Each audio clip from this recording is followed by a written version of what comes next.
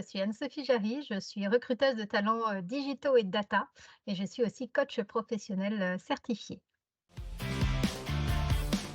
Bonjour, je suis Julien Davadan, job coach et fondateur d'Astypic.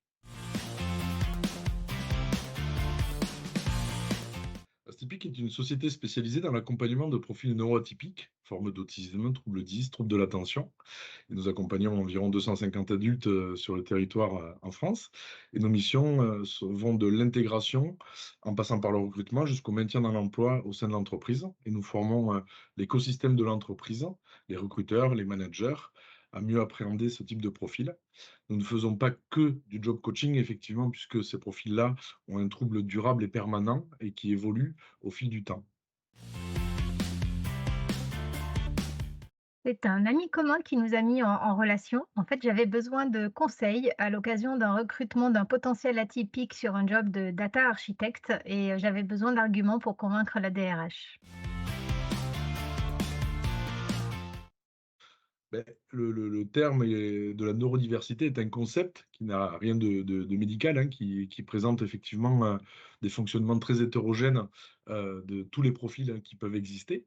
Et quand on parle effectivement de neuroatypie, on parle de profils atypiques sur le plan cognitif et sensoriel, hein, qui ont un autre mode de fonctionnement. Ces profils-là, ils auront effectivement un diagnostic. Alors on est, encore très en retard en France sur ces, sujets-là, et les temps d'attente pour les diagnostics sont longs. Aujourd'hui, sur les chiffres, on aurait 700 000 personnes avec une forme d'autisme, et pour environ seulement 1% qui travailleraient. À contrario, par exemple, du Royaume-Uni, où on est plutôt sur des volumes au-dessus de 15%, et c'est pareil avec d'autres pays. À vrai dire, je ne cherchais pas à présenter un atypique, et du reste, souvent, il ne se présente pas comme ça. C'est intuitivement, j'ai senti qu'il y avait quelque chose de différent.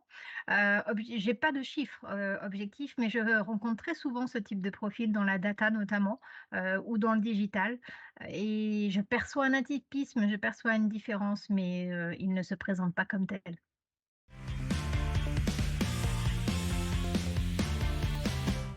Les neuroatypiques présentent plein de caractéristiques qui peuvent être intéressantes pour une entreprise. En général, et sous réserve de faire des généralités, mais ils ont une capacité de travail hyper importante.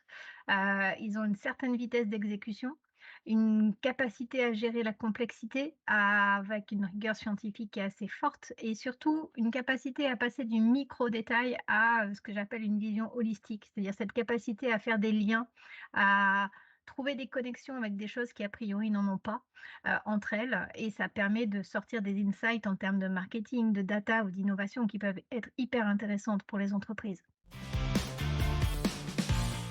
En complément de ce qu'Anne-Sophie a pu présenter, hein, effectivement, ils ont un autre mode de fonctionnement et une pensée par le détail, mais attention de ne pas tomber effectivement dans des clichés de l'autiste génie qu'on peut voir dans les médias ou dans d'autres films.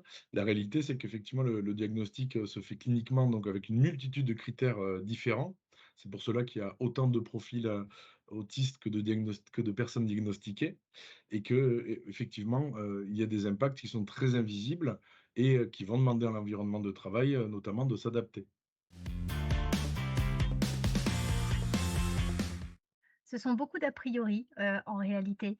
On entend de: «Il va pas s'intégrer», on va aller au-devant de difficultés relationnelles, ça va être compliqué. Souvent la peur cachée pour les managers, c'est de se dire, comme le handicap est plutôt invisible et voire, pas dit aux autres membres de l'équipe, le risque, c'est un risque d'équité. Pourquoi lui, on le traiterait différemment ou elle, on la traiterait différemment, alors que manifestement, il y a pas de différence, et ça, c'est très compliqué de sensibiliser l'équipe, à ça, de la former, potentiellement, et en tout cas d'expliquer, pour la personne qui est intégrée comme pour le manager qui requiert un management du coup différent. Ben, en complément effectivement des freins qui sont bien expliqués par Anne-Sophie, effectivement, moi j'ai souvent tendance à expliquer aux entreprises que ce sont des profils différents, donc on ne peut pas attendre d'eux qu'ils fonctionnent et communiquent forcément comme nous.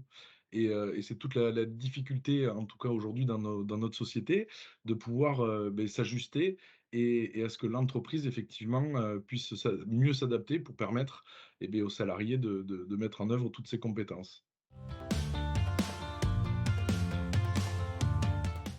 Ma recommandation pour essayer de maximiser la diversité, et ça vaut pas que pour les atypiques, mais c'est vraiment de faire passer des entretiens qui sont structurés. Plus on va être sur des questions qui vont être situationnelles, comment tu ferais dans telle ou telle situation, quel type d'outils tu pourrais utiliser pour résoudre telle ou telle problématique, et plus on a de chances que les atypiques montrent leurs compétences. Et c'est la clé pour pouvoir les intégrer et les recruter.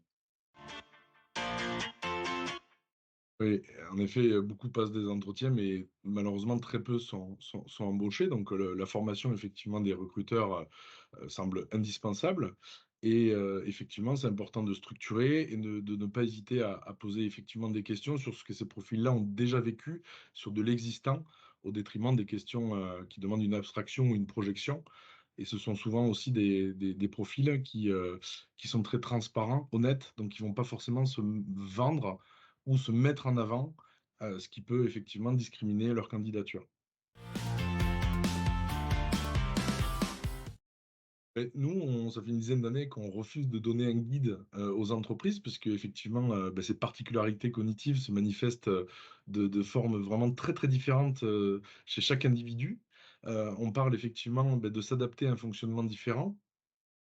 Et c'est pour cela que l'outil humain est nécessaire. C'est dans ce cadre-là que nous intervenons, et puis se dire aussi que c'est évolutif. Ce n'est pas parce que tout se passe bien à un moment donné que cela ne peut pas changer.